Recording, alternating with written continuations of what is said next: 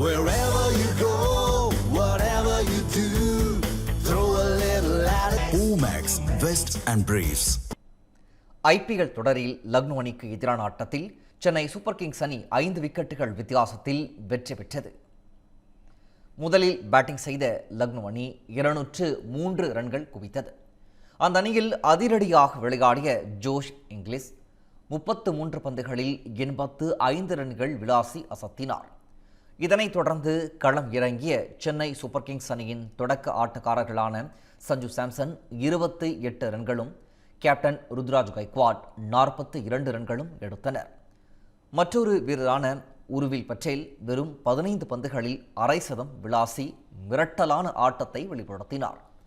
தொடர்ந்து அதிரடியாக விளையாடிய அவர் 23 பந்துகளில் 65 ரன்கள் எடுத்து அணியின் ஸ்கோரை உயர்த்தினார். இதன் மூலம் சென்னை அணி 19.2 ஓவர்களிலேயே இலக்கை எட்டி வெற்றி பெற்றது.